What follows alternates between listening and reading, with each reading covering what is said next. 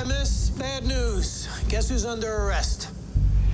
Officers, I can't have anybody find out about this. I have over $300 in my wallet. You're in New York City now. We got different rules here.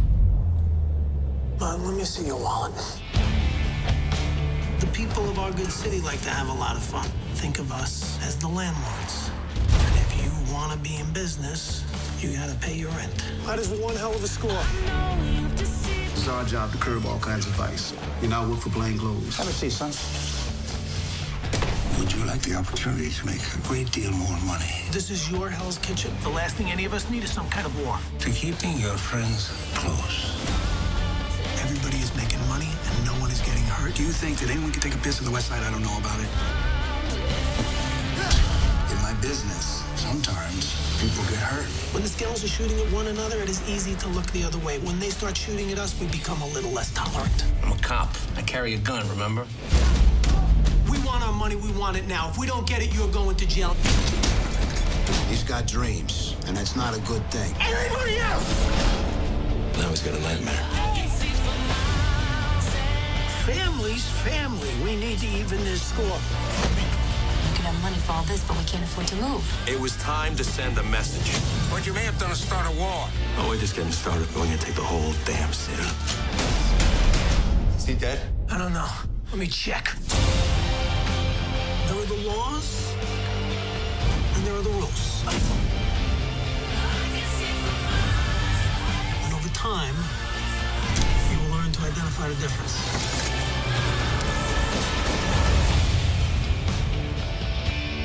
Now, I'm only going to ask you this one time. Are you in?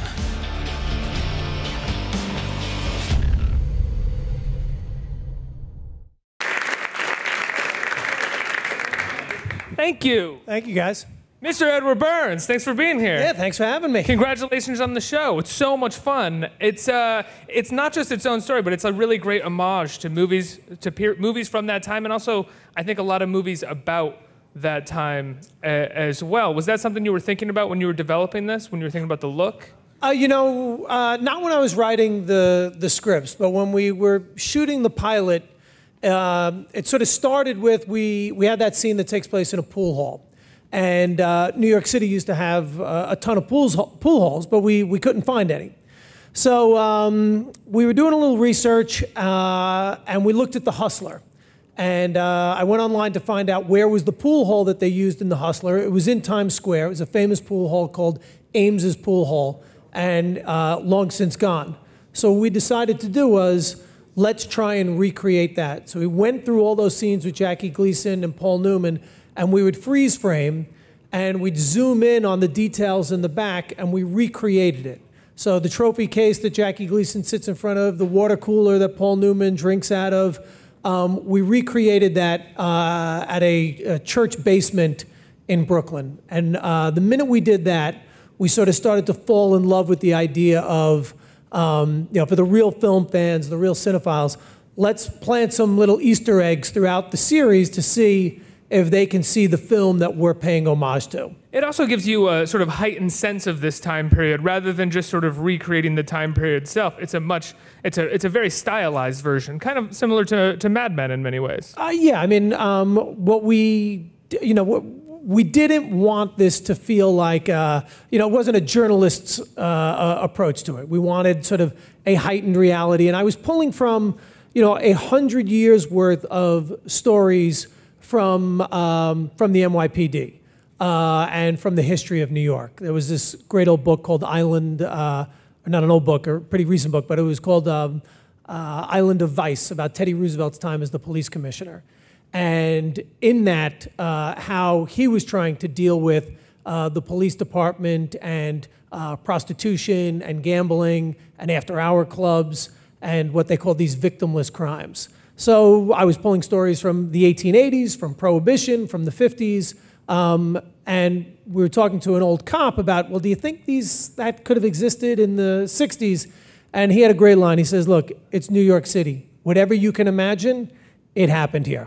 And we kind of took that as our marching orders in creating the show. Whatever you think exists here Yeah. in New York City. So talk to me about the genesis of the show. Spielberg is one of the producers of it, correct? Yep. How did you bring it to him? And, for a while when it comes to directing and writing for you, you make a lot of low-budget films, very personal low-budget films. I imagine this is personal too. But is it less or more freeing to have a sort of a lot more to play with? I'll start with the first question. Like four questions there. Sorry. So when I'm acting in Saving Private Ryan, my dad and my uncle, who were retired cops, came to visit the set. And Steven meets them, and they're telling him these great old stories about, what New York City and what being a cop was like back then in the 50s and 60s. And Steven says to me later that day, you need to make a movie about cops like that. And then DreamWorks then hired me to write that script. And I tried to write sort of an Irish-American Godfather, a big family saga dressed up in police clothes. And for about 2 years, we tried to get the film made, and for a number of reasons, we couldn't get it made. Then my great-grandfather, we found these great old photographs of him on his roof in Hell's Kitchen, with his champion pit bull that he used to fight. And so found out that my grandfather was a little bit of a thug in Hell's Kitchen. On the other side of the public morals, yeah. And that led to my obsession with, sort of the history of the Irish mob in Hell's Kitchen. I wrote probably 4 different scripts, one a turn of the century story, one a 1980s story. You were looking to kind of make your Once Upon a Time in America almost with the Irish. Exactly. That's exactly what I was trying to do. Couldn't get those scripts made. So you flash forward 18 years. I act in a show for TNT called Mob City. When that ends, the guys at TNT said, would you have any interest in creating your own TV show? Prior to that, I hadn't really given TV any thought other than, I think like a lot of other indie filmmakers, I recognized that our audience that used to love going to the art house was now staying at home and watching all the great programming that we have on cable television, starting with The Sopranos and through The Wire and Mad Men. All the character-driven work, all the or people who are obsessed stuff, yeah. with character-driven work have kind of moved over. That's at least what they're saying. Yeah, no, that's exactly it. So I thought, all right, well, let me give this some thought. So I came home to New York, and in my office, I have the stacks of all my unproduced screenplays. What does that stack look like? How many would you say you have in there? Probably 30 easily. 30 unproduced screenplays. Yeah, would you say, how many of them would you say were commissioned? Oh, none. No, I write everything on spec. Yeah. I'm lucky. I love to write, so it was I would write a script, you'd send it out to hopefully get it financed or to get an actor attached, and a lot of times that can take 6 months. So rather than do nothing during those 6 months, I would just say, all right, let me get started on the next script. So anyhow, I went and I thought about the 2 passion projects I had. Both of them were kind of family sagas, one about the Hell's Kitchen Irish gangsters, one about the cops. And I thought, why don't I just marry these 2 ideas? And that's kind of where I started. And I thought I would link them through marriage. And I doing some research about, well, what division in the police department would work for these cops? And I thought, well, all right, the vice, or in this case, they used to call it public morals. They worked with the gamblers because it was set up to deal with what they called victimless crimes. And there was a kind of an allowance made for these sort of nuisance crimes. They would call them prostitution, gambling, after-hours joints, anything to do with sort of liquor laws. So that's kind of those are all the ideas that came together to create the show. It's the idea again that like the 50s, the 60s were a more innocent time when in fact they weren't. People loved sex, drugs, and gambling just as much as any other generation, and you kind of get to see that by having your character as this gateway in who also kind of loves those things and is also there to sometimes stop them. Yeah, it was fascinating. In doing the research, there was this sense that this was there was an attitude towards those crimes that no one was really expecting them to be policed. Like the oldest profession in the world, prostitution, they didn't really seem to want to lock up the hookers or the johns or, the bookmakers or the guys making bets. And I thought, all right, this is kind of a fascinating world to play in. Did it give you any thought to our current situation, the current drug war in America, and the way that we lock up people for minor possession of minor amounts of marijuana and stuff like that? Quite honestly, no. I mean, we didn't pull from any sort of headlines, and didn't, and not to say that maybe that's something we might look at going down the road, but we have so many stories from the last 100 years that we, quite honestly, we just ran out of real estate in creating the 10 episodes. So no, we really didn't look at that. And also, the interesting thing was this division changed in the late 60s, which is why we set it up in the early 60s. While there certainly were drugs, the drug business wasn't nearly as lucrative or as violent as it became as you moved into the 70s. So it was, I wouldn't say maybe a slightly more innocent time, but the crimes that that division were working in really, like I said, victimless and nonviolent crime. And I think morals in the late 60s politically became a much sort of sought-after topic during the Nixon era, and that's where the morals division kind of grew and shaped itself as well there. Yeah, so we're before sort of all of that. And one of the things that are you hoping to get your way up to that point? If we're lucky enough to get the 6th and 7th season, yeah, we'll go. Which is another reason why we set it in the early 60s. But one thing I wanted to do was, unlike Mad Men, and because Mad Men, which is probably one of my favorite shows of all time, they did such a great job at being so specific, not only the year, but the day. Like, you knew exactly where you were on that timeline. We knew we couldn't compete with that, and we didn't want to. So, we set our story in the early 60s. We never identified the year, even the time of year. I've always looked at it almost like a Western, where, most Westerns, for the most part, took place in the Old West, which could have been 1840s through the turn of the century. So we're kind of playing with a loose time period, and that also freed us up as far as not having to worry about, let's say, continuity. If we got a 1966 car that we knew would run every day on set when shooting in the winter, we made the allowance to put that in our show, even though the show is before 1966. Or even a song. I think in one of the episodes, Dirty Water plays, and I don't know if that was particular to... No, we said we'll go to 1969 with the music. Right. So we'd play with that. And there were also little things like, we shot all over the city, and there were some things we could control. There were some things that digitally we could erase after the fact, but there were some things that we couldn't. So, there are, for the most discerning eye, they might notice window frames that were clearly from the 1980s, or an air conditioner in a window 2 blocks away that obviously isn't from the 60s. The 14-year-old girl with an iPhone and the Taylor Swift shirt on in the background. We got her out. Yeah. Couldn't erase her. But our thinking was, we're not going to let continuity get in the way of telling a good story. And also, we just thought, well, we can't get rid of all of it. But we thought it was important for the show not to just take place on a soundstage. We wanted to be out in the streets of New York. So...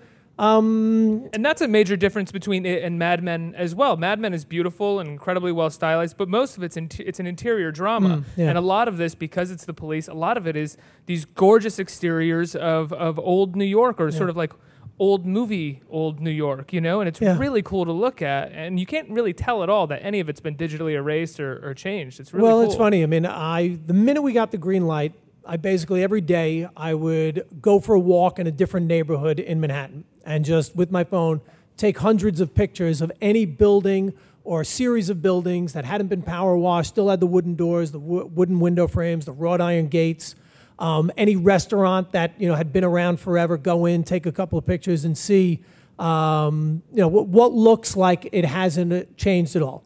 That said, like there's a scene in the pilot you'll see outside of a bar that Tim Hutton walks out of. And, we shot in the meatpacking district. And if our camera, it looks like, early 60s, gritty old New York. If you were to pan 2 feet to the right, you would see everybody in their, heels and mini skirts drinking at the Standard Hotel.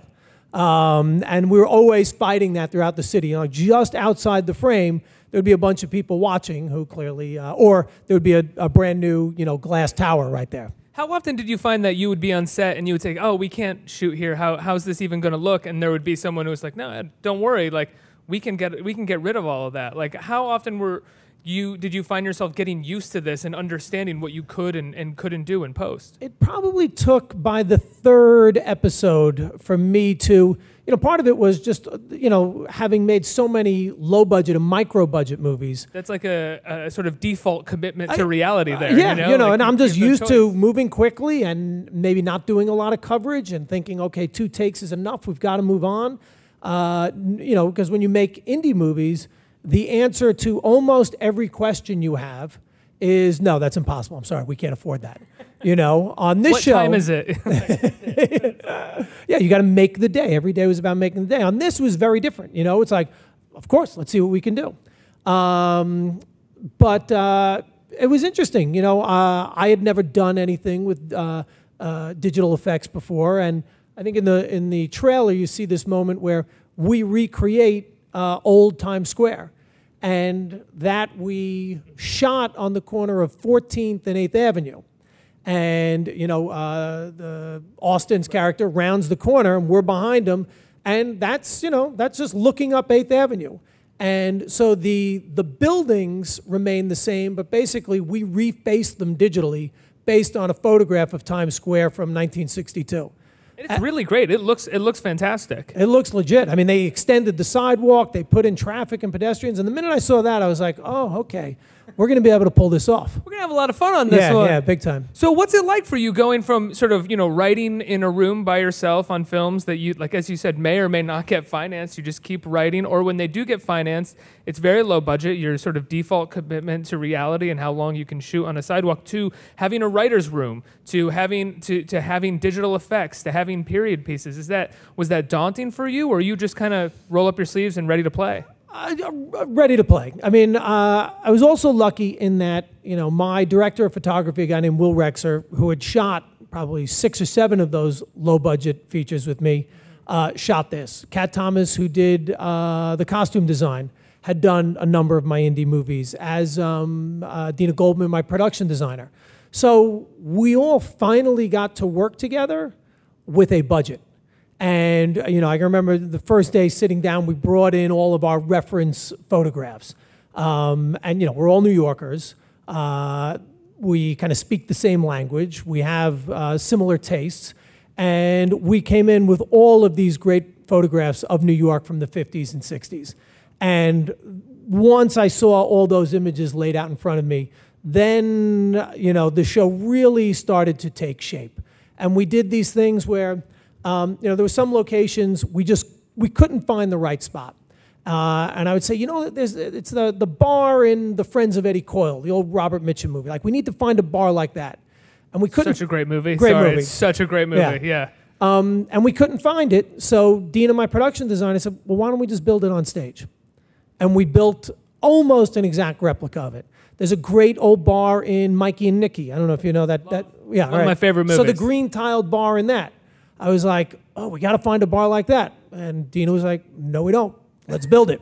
So there are those kind of things. We looked at, of course, I'm a huge Scorsese fan, like everyone else is. Thinking about the Hell's Kitchen apartment, an old railroad apartment that my character lives in. We modeled after Jake LaMotta's apartment in Raging Bull. Deirdre Duffy's apartment, modeled after Audrey Hepburn's apartment in Breakfast at Tiffany's. So we kept looking back to, because one thing to have a photograph, it's another thing to see a film that was shot on location, because you can really get a better sense of the dimensions of the apartment, the restaurant, the bar, etc. Absolutely. What was it like for you now working with a network, coming from, like we said before, writing these films on your own, shooting them really on your own, to working with a network, hitting the beats that, the television, even a cable drama that's fairly independent, has to sort of hit to maintain its sort of focus in cable? Interesting. I think, I can only speak from my experience at TNT, but it seems that the executives at a lot of the other cable networks are treating television and the showrunners and the creators much like maybe the studio execs did in the motion picture business in the 60s and 70s, when we had that golden age of cinema, when they allowed the Scorseses and the Coppolas to sort of like they left them alone and said, all right, go do your thing. We support your vision. You've seen it with David Chase and David Simon and Matthew Weiner, how like they left them alone and look at the great work that came out of it. My experience in TNT, very much the same way. Almost no interference. Was that a parameter that you set out at the beginning? You're like, look, if I'm going to do this, I really need this. Or were they just like, no, we really want to have you, go ahead? It was more the latter. It was Were you surprised? Very. That said, we did have Steven Spielberg as an executive producer, which definitely lends a certain amount of yeah, you know, if there may have been an issue, you know, we knew, well, you can speak to Steven about that. Yeah. Are you waiting to pull that card? That's got to be like your trump card where it's kind of like, big time. You think about it and you're like, no, I'll wait on my for the Spielberg big one. card. Wait for the big one. But, you know, Steven and, you know, our two producers from Amblin, to the other part of the question about, like, you know, I'd never written for television before. So when I sat down to write the series, I wrote all 10 episodes as if I was just writing a novel.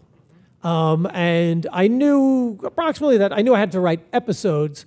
So I kind of viewed the episodes more like chapters.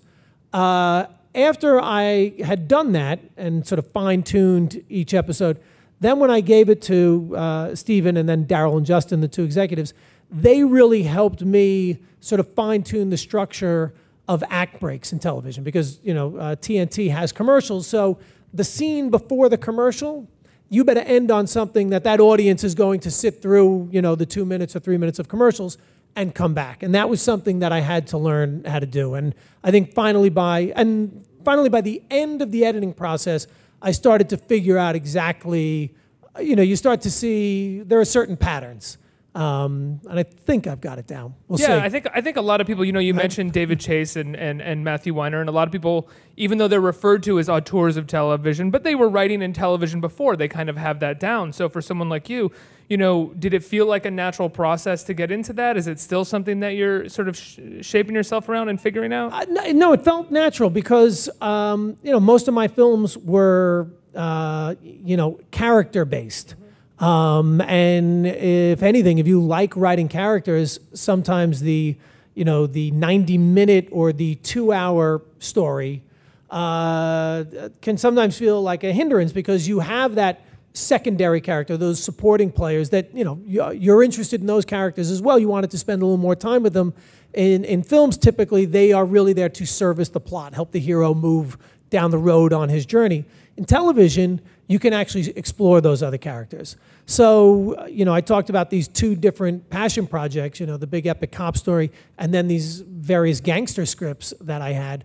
I was able to sort of, while I didn't pull from any of those old scripts, there were definitely character types that I had played with that if this was just a 2-hour movie, he would have been the, let's say, the brother of the girlfriend who gives me one bit of information. But now over the course of 10 episodes, I get to go into that character's life, go home with him, see what his workday is like, how did he end up on the other side of the law, and you know, and how he's sort of navigating his journey. So, you know, for me, it was just a blast, quite honestly. Coming from independent film, which I imagine you're still writing for and thinking about and doing I hopefully stuff. never will have to go back. That's what I mean. It's increasingly a tough racket, right? Can you talk to me about your experiences just in the last couple years and what it feels like to even try to get something financed, even with VOD platform? I remember I was hearing someone talk about it the other day, and they were like, sure, VOD was great for us 10 years ago. Now everything's on VOD. It's just as competitive as the multiplex. No, I mean, years ago, I had a film called Purple Violets, and typically what you would do with an independent film back then, this is like 06, 07, is... Pre-stock market crash? Yes, yeah. So there was still money to be found, but what you would do is you would have your script, you'd put together your cast, you would then get a foreign sales agent who would then sell off a bunch of foreign territories. You would then take that money to make your movie. You would then take that film to the film festivals. The American distributors would look at it, and at that point, they would buy your film for distribution. Side tangent, that's a process that was developed by your first producer, right? Ted Hope and James Schamus? Ted Hope and James Schamus and Good Machine were very early on in that. And that's how business had been done for a long time. But what started to happen around 06, 07 was, the art houses around the country were starting to close. If you lived in a suburban neighborhood, those art houses were long gone. A lot of the distribution companies like Warner Independent, Paramount Classics, and Picture House had all closed down because of the business just wasn't working. The audience wasn't showing up the way they were in the early aughts and the late 90s. So we had this film, and that's how we financed it. And then when we went out to sell it, we were offered the new type of deal distribution companies were giving you, which was called a no advance partnership, which basically means we will give you no money for your movie, but in success, we'll split the profits 50-50. And I had done that once before with another movie, an extremely low-budget movie called Looking for Kitty. It definitely turned a profit. Hollywood accounting being what it is, we never saw a cent. So when those were the only offers we got for Purple Violets, we recognized, all right, well, first of all, we're only going to open on 2 screens, one in New York, one in LA. Only a small percentage of those movies that get a platform release actually break out into the next tier, which would be, let's say, the next 5 biggest cities. And then beyond that, very rarely do you get distribution there. I was noticing that my viewing habits had changed because I was staying home and watching movies on Apple TV and on demand. So we came up with this idea, and fortunately for us, Apple and iTunes went for it, where we said, we want to give you this movie, give you the exclusive on it. We won't go theatrical, we won't go VOD, you guys get it. And Apple said, okay, let's gamble on this and try this. And the funny thing that happened was, when we did press for that movie back in 07, 75% of the journalists said, you're absolutely crazy, no one is ever going to watch a movie on their computer or on their phone. And that's how quickly things started to change. And then, years later, 09, 010, we embraced VOD along with the iTunes, just a straight digital release for going theatrical altogether again, and that really worked. But by the time I tried that 2 years later with a movie called Fitzgerald's Family Christmas. That's your last movie, right? That's the last movie. Yep. To your point, that you said, in 2010, it was rare to find a movie that was just going VOD and iTunes, and you could get good placement on those respective platforms. 2 years later, everyone was doing it, and it was just as competitive as the theatrical releases, you said. So yeah, you could have a movie up in 2010, like you said, and it could, if you had one actor in it or just had you in it, right? People could see that and they could stumble on it because that was sort of against a couple other things, maybe a horror, an off-the-shelf horror movie or something else. Now, your small movie is going to go up against Will Ferrell and Kevin Hart's Get Hard on VOD or something like that. But you're also going to go up against all of those. There are these the Avengers, like that's on VOD. You have that, but then you have these. There was just an Al Pacino movie that went straight to VOD. So you have like massive movie stars in these great sort of small indie movies that used to get a theatrical release that they just can't be supported theatrically anymore. So I think that's why you're seeing so many people who came up in the indie film world just saying, forget about movies and theatrical. Clearly cable television is embracing these voices. Jump ship and tell your stories there. That said, cable television is a different medium. It's embracing these voices in a different way. Do you miss making films, and do you see a big difference in film between storytelling in a movie and storytelling in television, aside from the chance to tell a story longer? It's probably since I'm so in the thick of it now, I don't really know, quite honestly. I can only say that I loved making all of those indie movies that I made.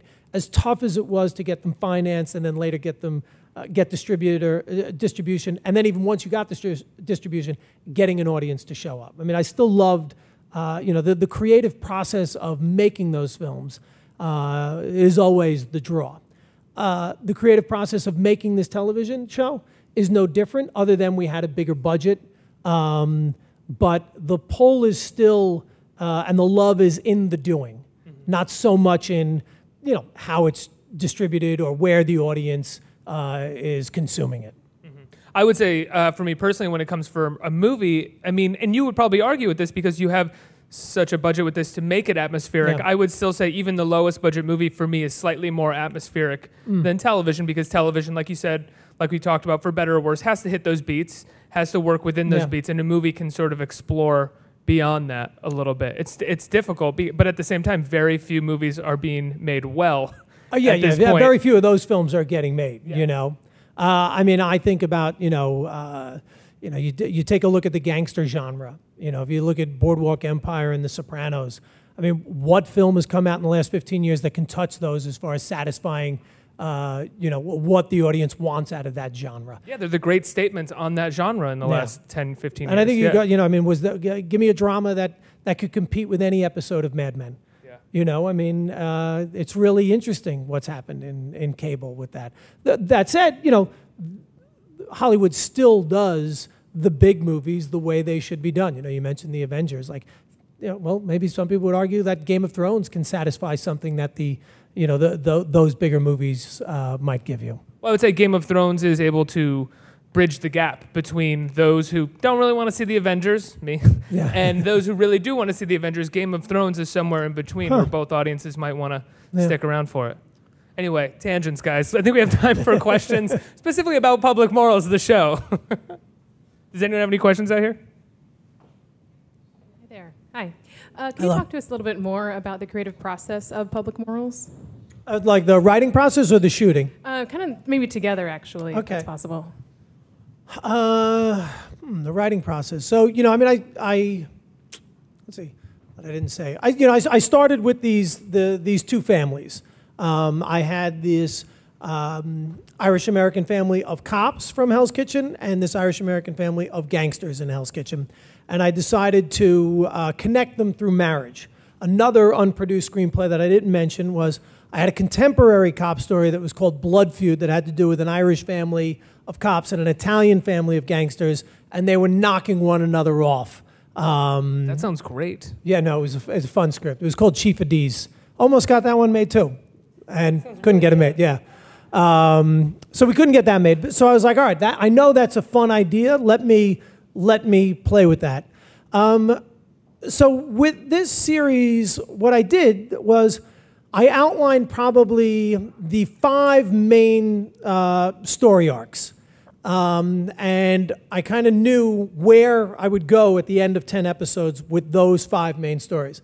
That said, the one thing that I've always done when writing is surrender myself to the process of writing. And, when you sit down and you get into a groove and you're writing for 4 hours, a lot of times, the character takes you in a direction you didn't anticipate. The piece goes in a direction you didn't anticipate.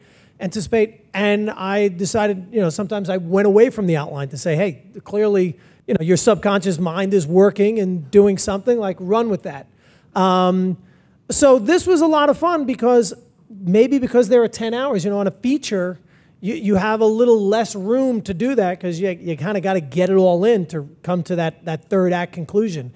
In this, if I went on a tangent, I could explore it and figure out a way to dovetail it back into the A or B story later on.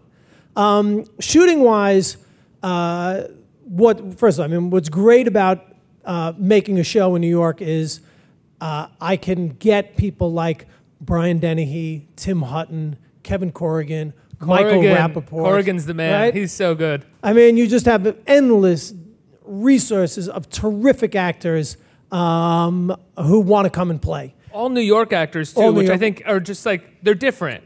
Well, we had a thing where, we all complained about all of the bad New York accents we've seen in movies over the years. So we kind of had this joke that when possible, we would try to hire only born and bred New Yorkers with their thick accents and their mannerisms. Because you can learn an accent, but you kind of can't learn the cadence. And a funny thing, there are 3 women in the show, Katrina Bowden, Elizabeth Masucci, and Michelle Hicks, who are all from New Jersey. And they all laugh that, for years they've been trying to get rid of their Jersey accents until they came on this show. And I was like, no. The thicker the accent, the better. But on the acting side, the other thing is, it's a big ensemble. And, there are a lot of smaller day player parts. If we were shooting this in Vancouver or Toronto or New Orleans, where they make a lot of television shows, I would have no idea how I would have filled out this cast.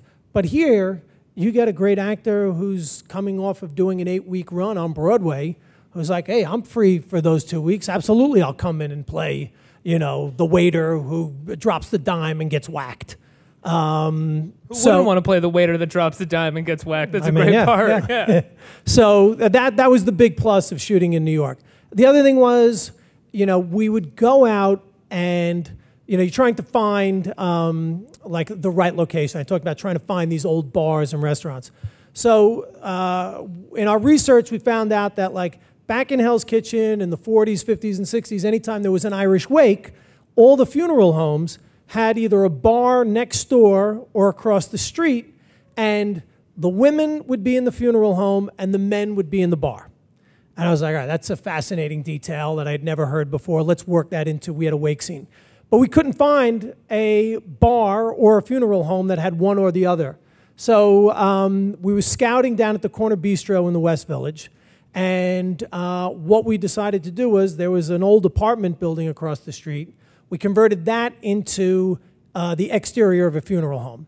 But, that was going to be about maybe a half day of the shoot. And coming from my indie filmmaking days where you don't want to waste any money, if we were to, we needed an exterior of a Hell's Kitchen tenement and the inside of like an old school luncheonette. So if we were to find those locations, let's say up in Hell's Kitchen or on the Upper East Side, you'd shut down your production, you'd load up the trucks and do a company move and then move to the Upper East Side, losing 2 hours of valuable shooting time during the day, which could translate into, let's say, $150,000, $200,000. So what we did was anytime we found a location that we loved, in this case the Corner Bistro, we said, all right, no company move. Let's walk around a 2-block radius so the trucks can stay where they are, and what else can we find that works for something else in one of these 10 episodes. And Jane Street between Greenwich and West 4th, it's kind of ridiculous now. We have like the funeral home, an Irish social club, the main gangsters townhouse, a tenement where the bad guys live, the luncheonette, and then across the street, 2 other tenements that we use for all different parts of the city. It's the early 60s over on Jane Street in Greenwich early right 60s, now. Yeah. Not much has changed over on Jane. When you're shooting at the Corner Bistro, do you force it to cater too? Do you force the best burgers in the city to cater your shoot as well? We got some burgers there. We also shot around the corner at the Beatrice Inn. The burgers are a little bit more expensive there, but very delicious as well. Thanks so much for being here. Congratulations on the show. It premieres tomorrow night, right? Yep, tomorrow night. Tomorrow night, TNT. And I should say, thank you. Since everyone loves to binge watch now, what TNT is doing is they're putting the first 4 episodes up the following day. So if you like the show on Tuesday, you can bang out 3 more the following day. I've been lucky to be able to watch the first 4, and they're fantastic, so you should go check them out. Thanks so much for being here. Hey, guys, thank you very much. Really appreciate it.